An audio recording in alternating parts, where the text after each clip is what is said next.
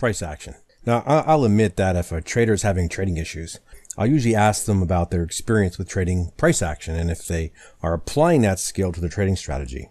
And the problem is we have to remember that understanding price action trading is not going to fix all your issues, and it may not fix any of your issues.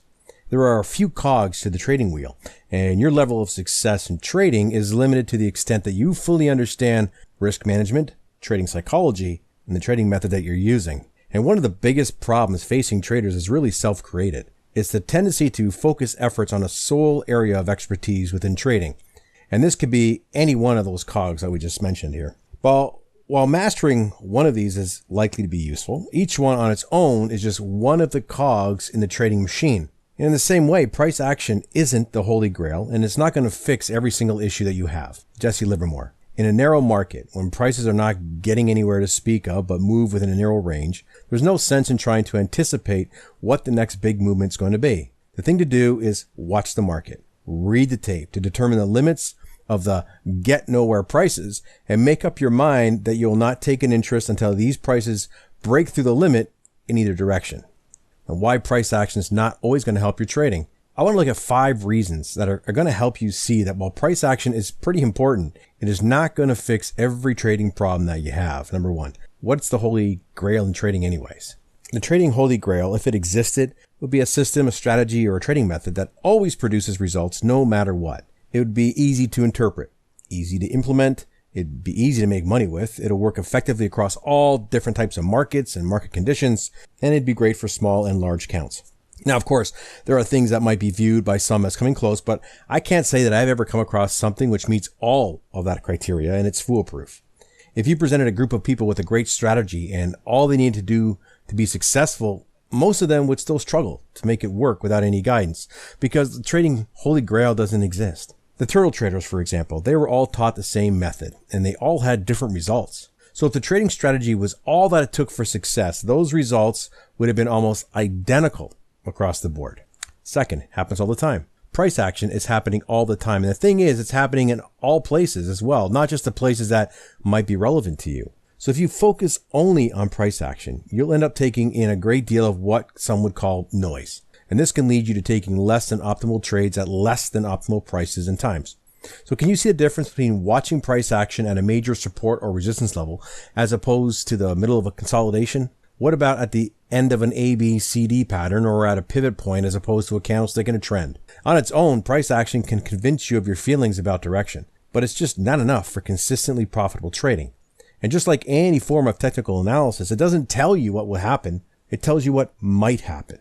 So having an idea of what might happen in a market and then reacting to the event in accordance with a tested trading plan is the basis for some really great trading. 3, it can make you short-sighted. Aligning yourself with a higher time frame participant is always beneficial. It's something which traders strive to do, even to the extent where people develop specialized approaches for detecting them. Higher time frame participants are generally much larger and tend to initiate directional movement in the markets. You get on the right side of this, and clearly there's going to be the opportunity to make some money.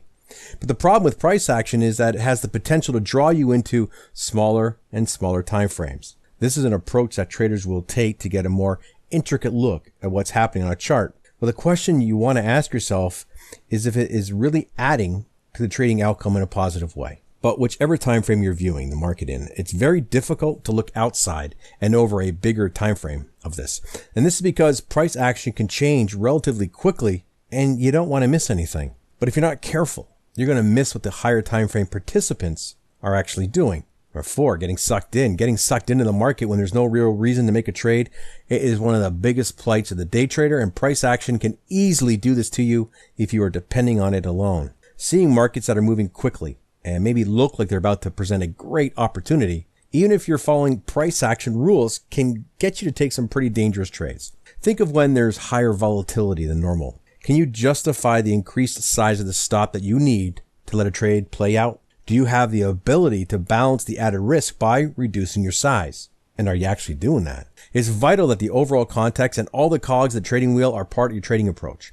And I bet you never thought of a larger than normal stop in times of greater volatility and how that will affect whether you take the trade in accordance with your trading system, your decision-making process as you see the large moves that you're missing out on, the level of exposure that your trading account can take, especially if you go into drawdown. Number 5, it doesn't help you with trade execution and management. Whatever the price action is telling you is more likely to happen. It doesn't necessarily help a trader to manage a position effectively. Money management can be supported by price action changing the unfolding picture, but the fact is that a big picture of adjusting a position's target and stop orders, right or wrong, comes down to how far price moves relative to the position itself. Think about the case of a trailing stop as an example. That stop can be hit without price action dictating that a change has even occurred. Moreover, what price action doesn't do, and perhaps for some will do the opposite, is help a trader remain calm and follow their trading plan. Sticking to your game plan can be the difference between making a success of trading or not. Look, price action still has merit. It's not the holy grail, but it's really important and a big piece of that puzzle if you're using it as part of a holistic approach. Understanding it with context and an understanding of what markets tend to react to in terms of price can give you a much better idea of the relative short-term direction a market is likely to move in. Now, even with this, you still need to have a solid plan, a good strategy, good trade management techniques, got to manage your emotions, fulfill every cog in that trading wheel.